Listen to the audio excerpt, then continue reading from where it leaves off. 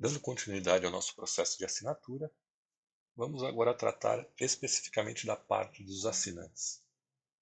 A parte dos assinantes permite que você faça a inserção de um ou mais assinantes ou participantes, e aí vocês vão entender por que dessa nomenclatura, com um limite máximo de até 40.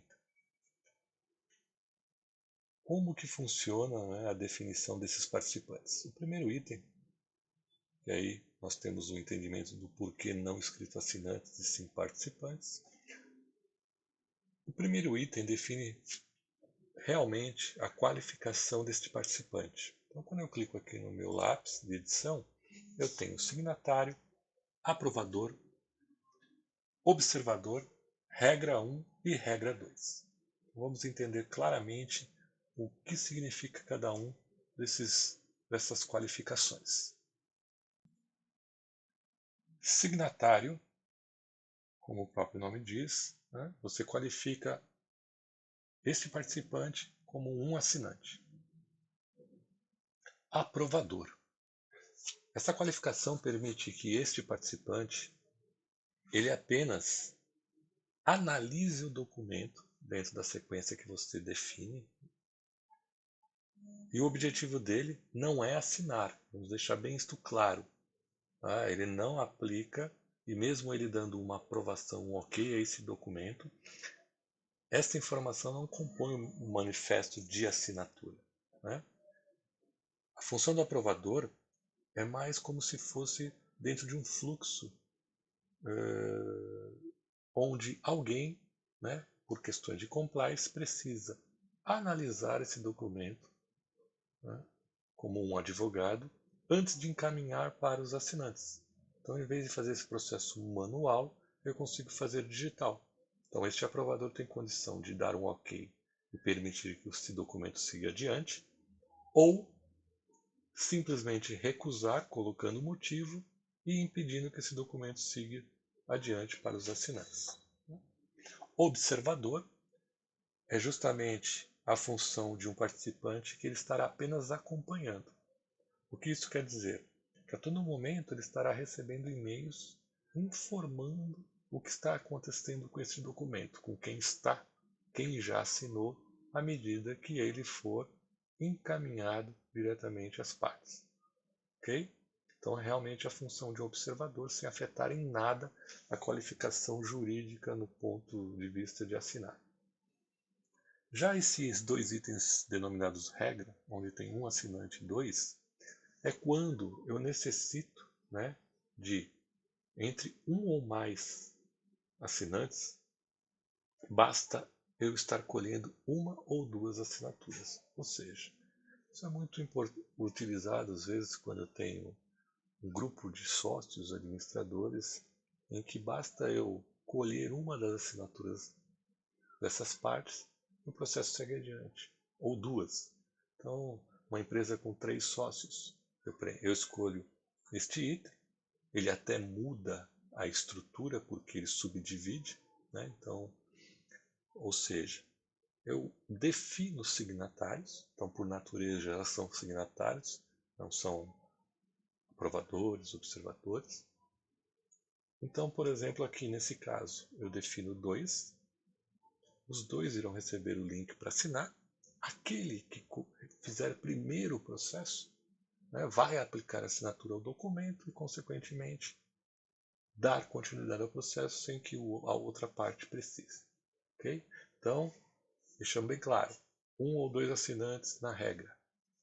É a definição de um grupo de signatários, onde deste grupo eu necessito de uma ou duas assinaturas para seguir adiante. Né? Então, dentro da composição da informação, nós temos aqui, né, a definição, né, a qualificação dos participantes.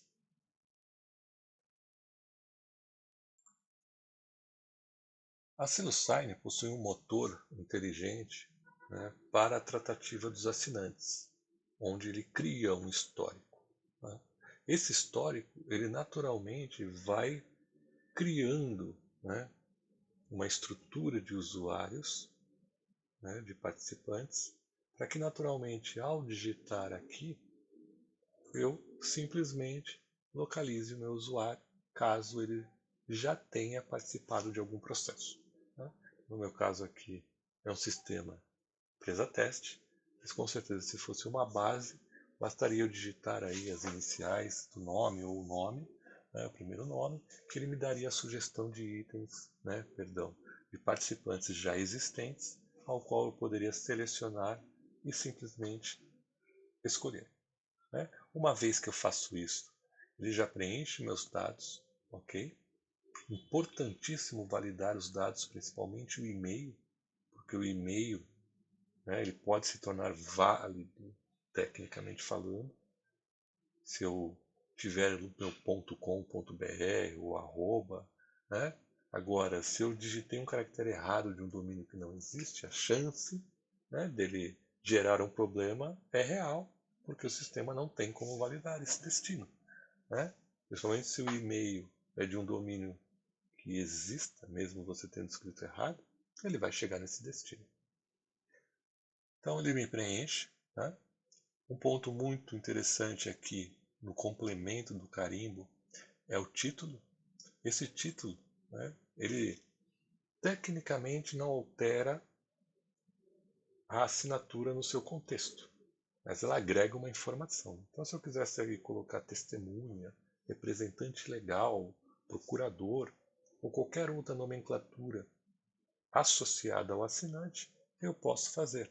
Então, ao digitar aqui, eu tenho até algumas que já são carregadas automaticamente, né? Mas nada impede de eu digitar representante legal para que saia no meu carimbo. E o interessante da plataforma é que à medida que eu vou orquestrando aqui, construindo as informações, ela vai populando aqui do lado direito, onde eu tenho as ordens das ações, que nós vamos entender em breve. Feito isso, na parte inferior eu tenho um item de extrema importância. Por default, a ferramenta já vem habilitada como permitir assinatura eletrônica. Isso quer dizer que o assinante terá a opção de escolher em assinar com o certificado digital ou sem. No momento que eu desabilito isso, eu torno o processo obrigatório de assinatura digital com certificado. Então vocês podem reparar que a própria ferramenta, de forma intuitiva, identifica isso. Né? Quando aparecer aqui permitir assinatura eletrônica, né, assinatura eletrônica, não quer dizer que o usuário pode, por livre e espontânea vontade, optar por usar o certificado digital. Mas no momento que eu faço isso, né, eu desabilito. Ao optar por assinatura eletrônica, eu posso ter um nível de autenticação diferenciado. Né? A ferramenta em breve terá outros, como Pix, SMS, WhatsApp. Nesse momento nós temos por e-mail e e-mail selfie. O que isso quer dizer? Que além dos componentes naturais da assinatura eletrônica, como geolocalização, captura de IP, eu posso, né, fazer com que a interação do processo com o usuário tenha um ou mais níveis de autenticação. Então, no caso do e-mail, o que isso quer dizer? Que o link para assinar esse documento, ele é intransferível. E só pode ser feito a partir deste link. Se eu copiar, colar, mandar pelo WhatsApp, perde todo o contexto. Ele tem que ser feito, né, clicado a partir do e-mail disparado e recebido. E-mail selfie, o que acontece? Além do próprio processo, ele vai solicitar uma captura de foto, né, da pessoa ali. Não é uma validação de prova de vida, é um adendo. Então, logicamente, se o usuário ali, o assinante, fizer de má fé em não bater a foto,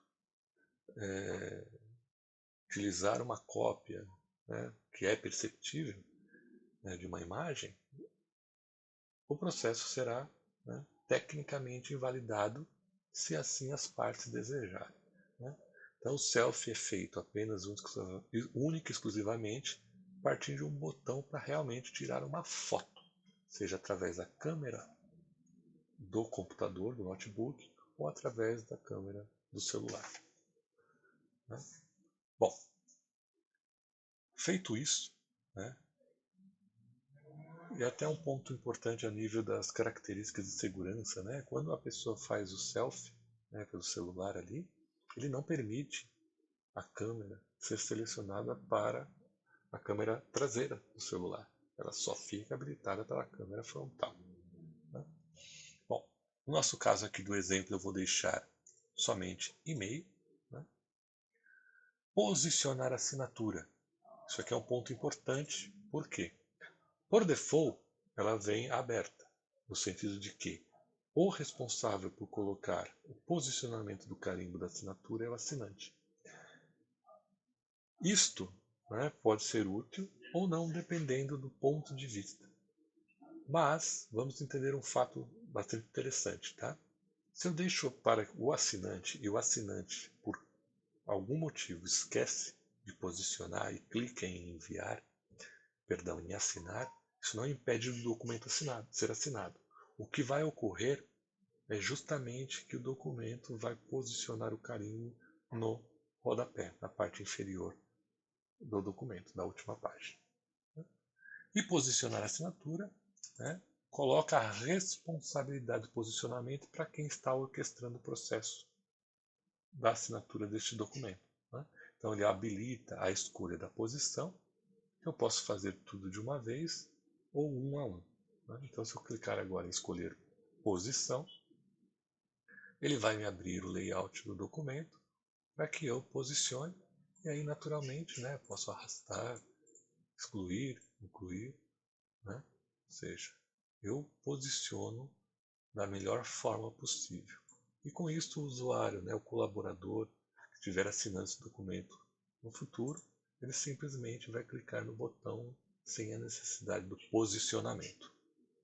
Então nesse caso eu vou salvar e o meu documento aqui está posicionado. Ele já indica a posição, né, para deixar isto visível, principalmente quando você tem uma gama, né, uma quantidade de usuários e participantes bem grande. E por último, a rúbrica. A rúbrica é algo muito mais visual do que tecnicamente impactante ou fator de alteração para a assinatura. Porque dentro de um contexto de assinar eletronicamente o documento, fica claro que a pessoa, o assinante, visualizou todas as páginas. Por quê? Primeiro que o documento, ao ser montado e elaborado, ele é um documento único em sua estrutura, tendo uma, duas, três, quatro páginas. Ou seja, ao abrir, será visualizada todas as páginas. Não tem como se omitir, esconder nada. Então, tecnicamente falando, né, a assinatura está sendo aplicada a todo o contexto do documento. Mas, se ainda assim você quiser gerar, né, um reforço, identificando que a rúbrica tem que ser posicionada, eu posso torná-la opcional ou obrigatória. Né? Ao definir como obrigatória, né, o assinante, né, terá que inserir a rúbrica em todas as páginas, né, ou no lugar identificado. Ok? Sem rúbrica, né, literalmente não há nem a opção da escolha. E opcional, se o participante não inserir, o documento poderá ser, né, dar continuidade a ele normalmente. Então eu vou deixar aqui sem rúbrica neste caso, né, e eu já tenho um assinante. Ok? Feito isso, né, nós poderemos enviar esse documento naturalmente. Tá? Porém, como eu disse, né, o processo de assinatura é um pouco mais extenso. Nós vamos ter agora uma terceira parte, vamos finalizar essa por aqui. Na terceira parte nós iremos inserir mais um assinante, né, e também tratar da ordem das ações, finalizando assim o processo de assinatura. Até o próximo vídeo.